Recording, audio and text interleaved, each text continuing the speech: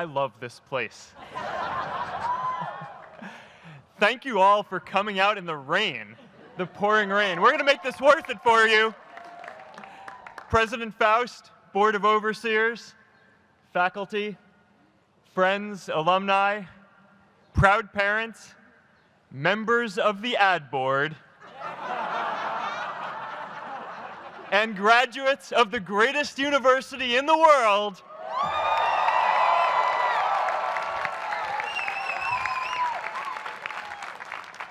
I am honored to be here with you today because, let's face it, you accomplished something I never could.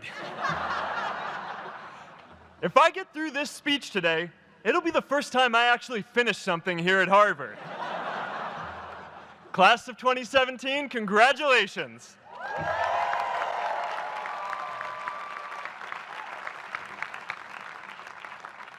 Now, I'm an unlikely speaker today, not just because I dropped out, but because we're technically in the same generation. We walked this yard less than a decade apart. We studied the same ideas and slept through the same Act 10 lectures. We may have taken different roads to get here, especially if you came all the way from the Quad.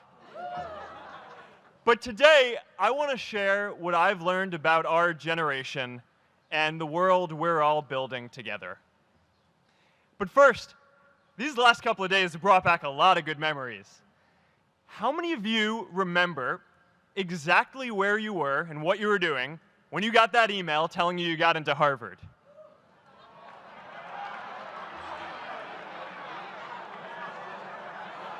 I was playing the video game Civilization, and I ran downstairs and got my dad, and for some reason, his first reaction was to video me opening the email.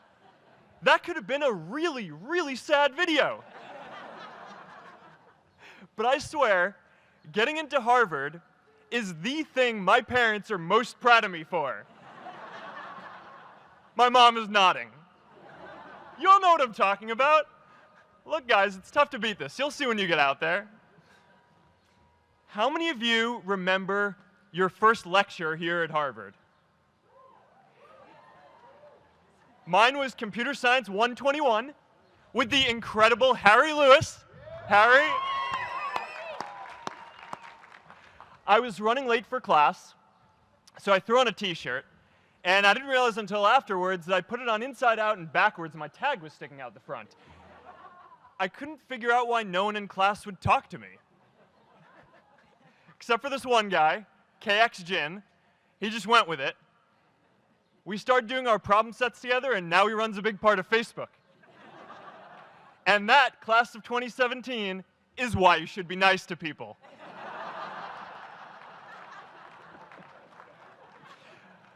But my best memory from Harvard is meeting Priscilla.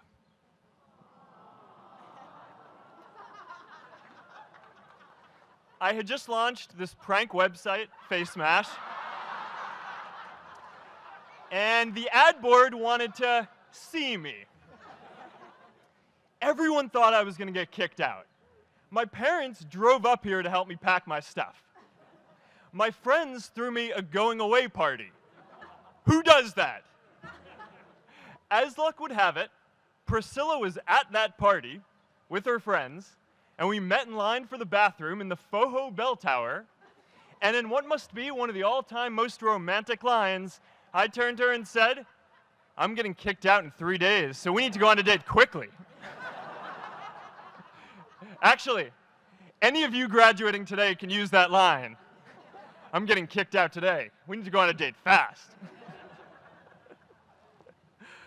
I didn't end up getting kicked out. I did that to myself. Priscilla and I started dating, and, you know, that movie made it seem like FaceMash was so important to starting Facebook. It wasn't. But without FaceMash, I never would have met Priscilla. And Priscilla's the most important person in my life. So you could still say it was the most important thing I built in my time here.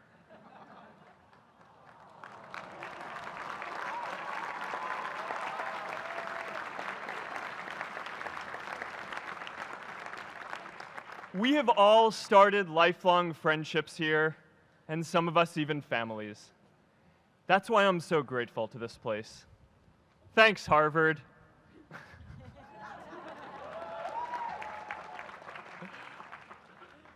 Today, I want to talk about purpose.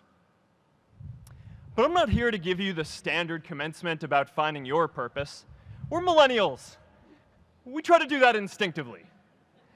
Instead, I'm here to tell you that finding your purpose isn't enough. The challenge for our generation is to create a world where everyone has a sense of purpose. One of my favorite stories is when JFK went to go visit the NASA Space Center, and he saw a janitor holding a broom, and he asked him what he was doing, and the janitor replied, "Mr. President, I'm helping put a man on the moon." Purpose is that feeling that you are a part of something bigger than yourself, that you are needed, and that you have something better ahead to work for. Purpose is what creates true happiness. And you are graduating at a time when this is especially important.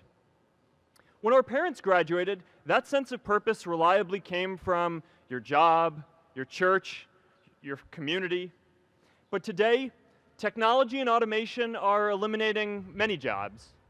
Membership in a lot of communities has been declining, and a lot of people are feeling disconnected and depressed and are trying to fill a void in their lives. As I've traveled around, I've sat with children in juvenile detention and opioid addicts who've told me that maybe their lives would have turned out differently if they just had something to do, an after-school program or somewhere to go. I've met factory workers who know their old jobs aren't coming back and are just trying to find their path ahead. For our society to keep moving forward, we have a generational challenge to not only create new jobs, but create a renewed sense of purpose. I remember that night I launched Facebook from that little dorm in Kirkland House. I went to Noakes with my friend KX, and I remember telling him clearly that I was excited to help connect the Harvard community, but one day someone would connect the whole world. The thing is, it never even occurred to me that that someone might be us. We were just college kids. We didn't know anything about that. There were all these great big technology companies with all these resources, and I just assumed one of them would do it. But this idea was so clear to us that all people want to connect. So we just kept working on it, day after day after day. And I know that a lot of you are going to have your own stories just like this. A change in the world that seems so clear that you are sure someone else is going to do it. But they're not. You will. But it's not enough to have that purpose yourself. You also have to create a sense of purpose for others. And I found that out the hard way. You see, my hope was never to build a company. I wanted to have an impact. And as all these people started joining us, I just assumed that that's what they wanted to do too. So I never took the time to explain what it was that I hoped we'd build. A couple years in, some big companies wanted to buy us. I didn't want to sell. I wanted to see if we could connect more people. And we were building the first version of Newsfeed at the time, and I thought, if we could just launch this, it could change how we all learn about the world. Nearly everyone else wanted to sell. Without a sense of higher purpose, this was their startup dream come true, and it tore our company apart. After one particularly tense argument, one of my close advisors told me if I didn't agree to sell the company right now, I would regret that decision for the rest of my life.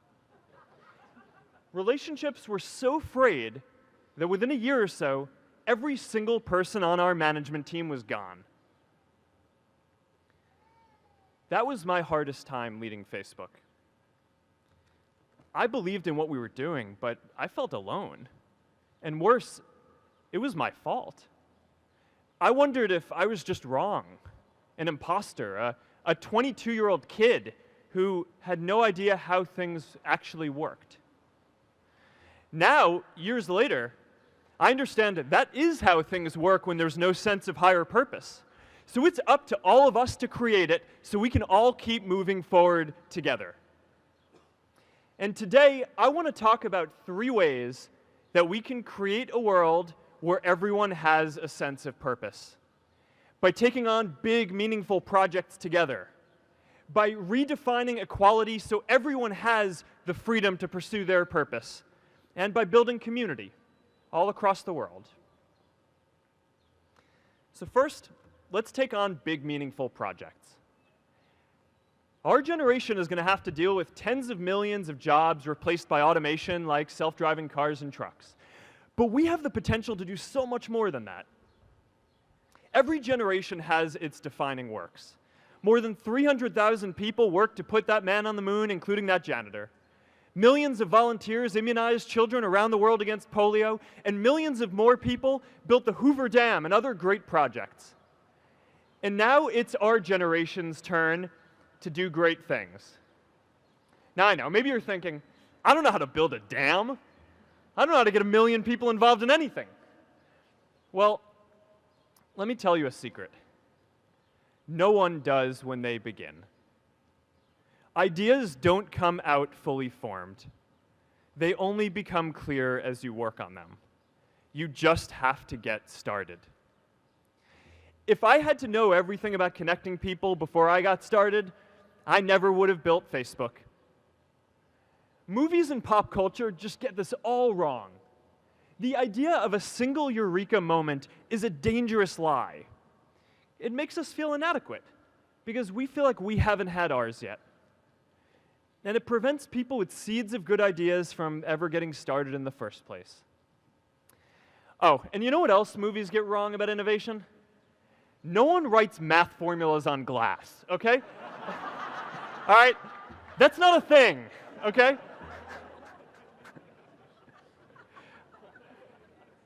It's really good to be idealistic, but be prepared to be misunderstood. Anyone working on a big vision is going to get called crazy, even if you end up right. Anyone taking on a complex problem is going to get blamed for not fully understanding it, even though it's impossible to know everything up front. Anyone taking initiative will always get criticized for moving too fast because there's always someone who wants to slow you down. In our society, we often don't take on big things because we're so afraid of making mistakes that we ignore all the things wrong today if we do nothing. The reality is, anything we do today is going to have some issues in the future. But that can't stop us from getting started. So what are we waiting for? It is time for our generation-defining great works. How about stopping climate change before we destroy the planet and getting millions of people involved, manufacturing and installing solar panels? How about curing all diseases and getting people involved by asking volunteers to share their health data, track their health data, and share their genomes? You know, today, our society spends more than 50 times as much treating people who are sick as we invest in finding cures so people don't get sick in the first place. It makes no sense. We can fix this. How about modernizing democracy so everyone can vote online? And how about personalizing education so everyone can learn? These achievements are all within our reach. Let's do them all in a way that gives everyone in our society a role. Let's do big things, not just to create progress, but to create purpose.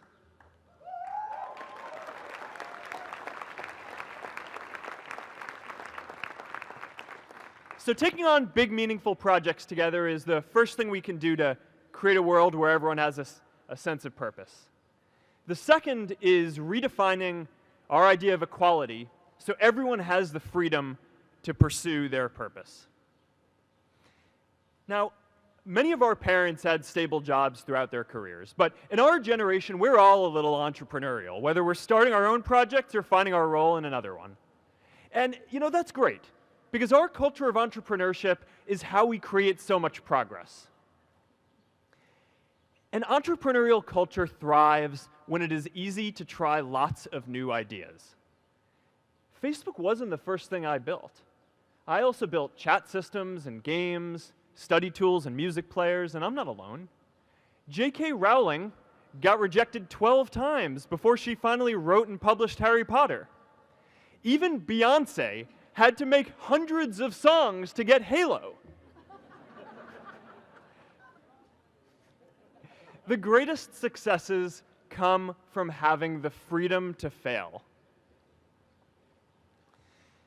Now, today, we have a level of wealth inequality that hurts everyone.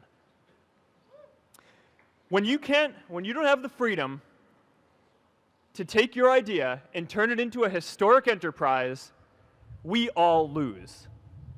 And right now, today, our society is way over-indexed on rewarding people when they're successful, and we don't do nearly enough to make sure that everyone can take lots of different shots.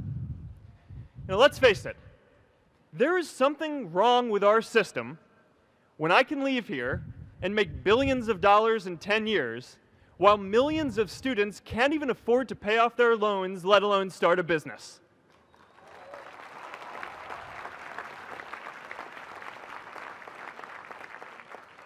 Look, I know a lot of entrepreneurs, and I don't know a single person who gave up on starting a business because they were worried they might not make enough money.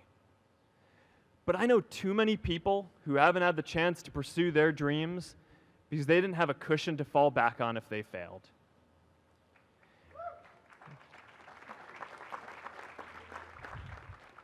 We all know you don't get successful just by having a good idea or working hard. You get successful by being lucky too. If I had to support my family growing up instead of having the time to learn how to code, if I didn't know that I was going to be fine if Facebook didn't work out, then I wouldn't be standing up here today. And if we're honest, we all know how much luck we've had to get to this point in our lives. Every generation expands its definition of equality. Previous generations fought for the vote and civil rights. They had the New Deal and Great Society. And now it's time for our generation to define a new social contract.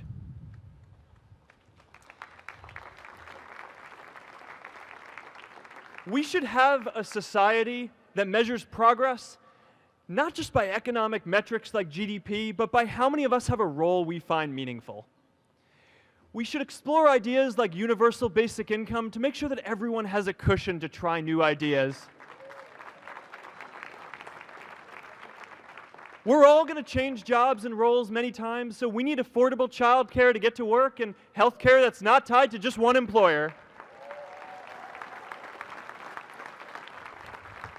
And we're all going to make mistakes. So we need a society that's less focused on locking us up and stigmatizing us when we do. And as our technology keeps on evolving, we need a society that is more focused on providing continuous education through our lives.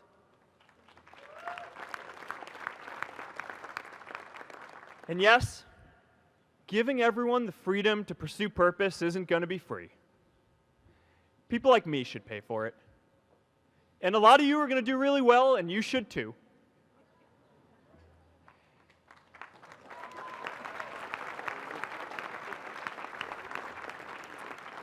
That is why Priscilla and I started the Chan Zuckerberg Initiative and committed our wealth to promoting equal opportunity.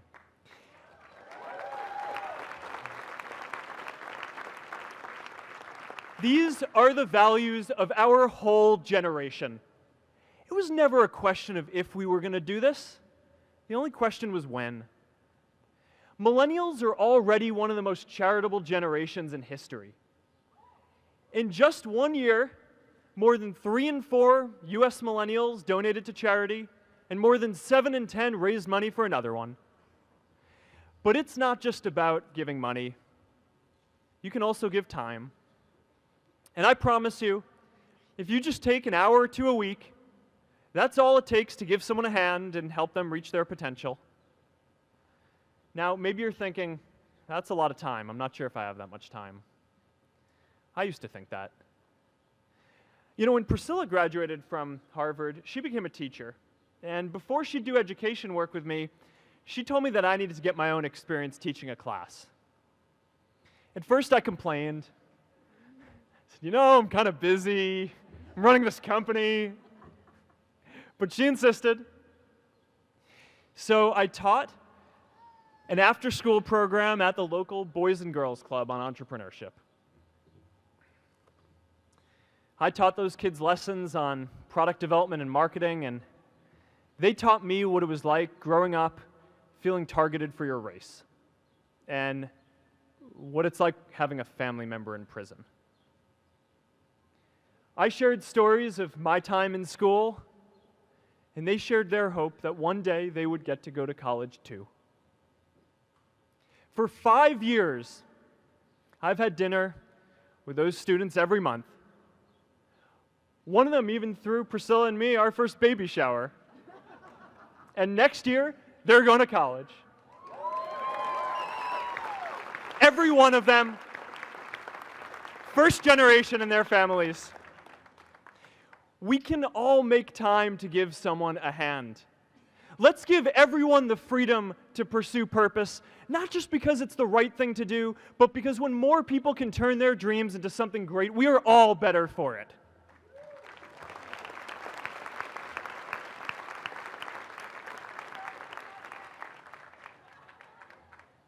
Purpose doesn't only come from work. The third way we can create a sense of purpose for everyone is by building community. And in our generation, when we say purpose for everyone, we mean everyone in the world. Now, quick show of hands. How many of you here are from another country? All right, now keep your hands up. How many of you are friends with one of these folks? Now we're talking. See, we have grown up connected. In a recent survey of millennials around the world, asking what most defines our identity, the most popular answer wasn't nationality, ethnicity, or religion. It was citizen of the world. That's a big deal. Every generation expands the circle of people we consider one of us. And in our generation, that now includes the whole world. We understand that the great arc of human history bends towards people coming together in ever greater numbers, from tribes to cities to nations, to achieve things that we could not on our own. We get that our greatest opportunities are now global. We can be the generation that ends poverty, that ends disease. And we get that our greatest challenges need global responses too. No country can fight climate change alone or prevent pandemics. Progress now requires coming together, not just as cities or nations, but also as a global community. But we live in an unstable time. There are people left behind by globalization across the whole world. And it's tough to care about people in other places when we don't first feel good about our lives here at home. There's pressure to turn inwards. This is the struggle of our time. The forces of freedom, openness, and global community against the forces of authoritarianism, isolationism, and nationalism. Forces for the flow of knowledge, trade, and immigration against those who would slow them down. This is not a battle of nations. It is a battle of ideas. There are people in every country for more global connection, and there are good people against it. And this isn't going to be decided at the UN either. It's going to happen at the local level when enough of us feel a sense of purpose and stability in our own lives that we can start to open up and care about everyone else too. And the best way to do that is to start building local communities right now.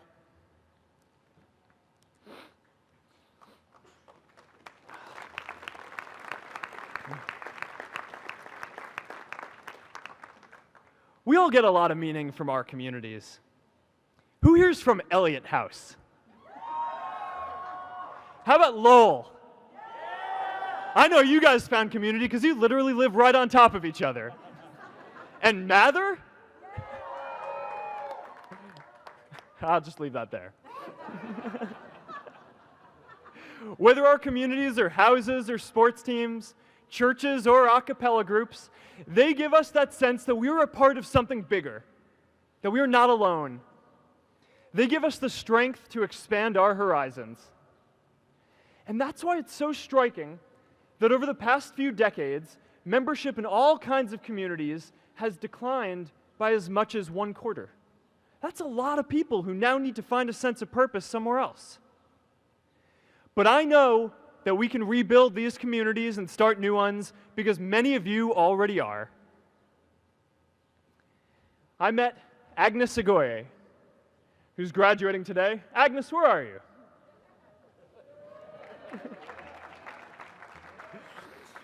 Agnes spent her childhood navigating conflict zones with human trafficking in Uganda, and now she's trained thousands of law enforcement officials to keep communities safe.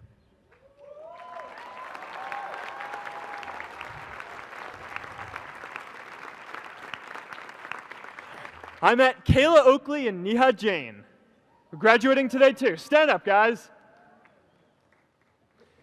Kayla and Neha started a nonprofit that connects people suffering from chronic illnesses with people in their communities who are willing to help out.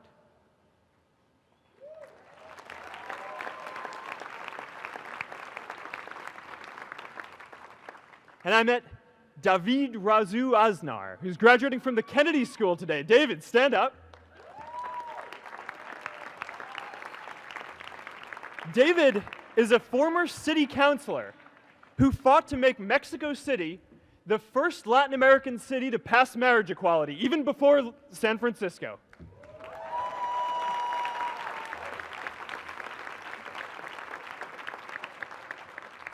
And this is my story too. A student in a dorm, connecting one community at a time and keeping at it until one day we can connect the whole world. Change starts local. Even global change starts small with people like us. In our generation, the struggle of whether we connect more, whether we achieve our greatest opportunities, comes down to this: your ability to build communities and create a world where every single person has a sense of purpose.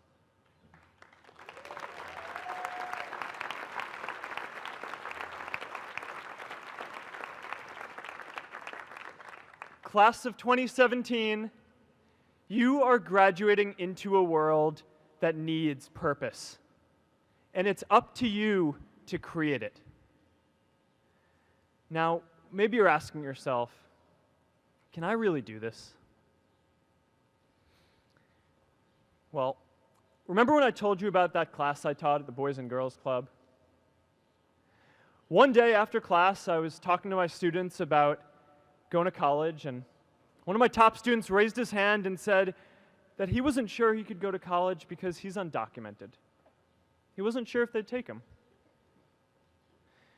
Last year, I took him out to breakfast for his birthday, and I wanted to get him a gift, so I asked him what he wanted, and he just started talking about struggles that he saw other students in his class facing, and finally said, I'd really just like a book on social justice. I was blown away. Here is a young guy who has every reason to be cynical. He wasn't sure if the country he calls home, the only one he's known, was going to deny him his dream of going to college. But he wasn't feeling sorry for himself. He wasn't even thinking of himself. He has a greater sense of purpose, and he's going to bring people along with him. It says something about our situation today that I can't even say his name because I don't want to put him at risk. But if a high school senior who doesn't know what the future holds for him can do his part to move the world forward, then we owe it to the world to do our part too.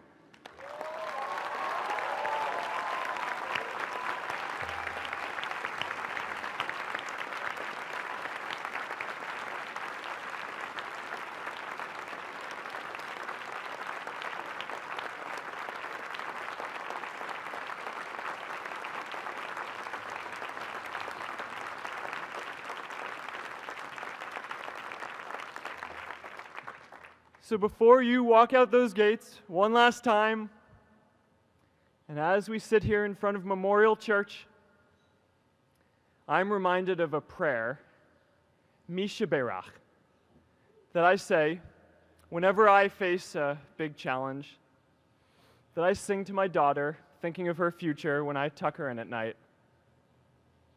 And it goes, "May the source of strength, who's blessed the ones before us, help us find the courage to make our lives a blessing."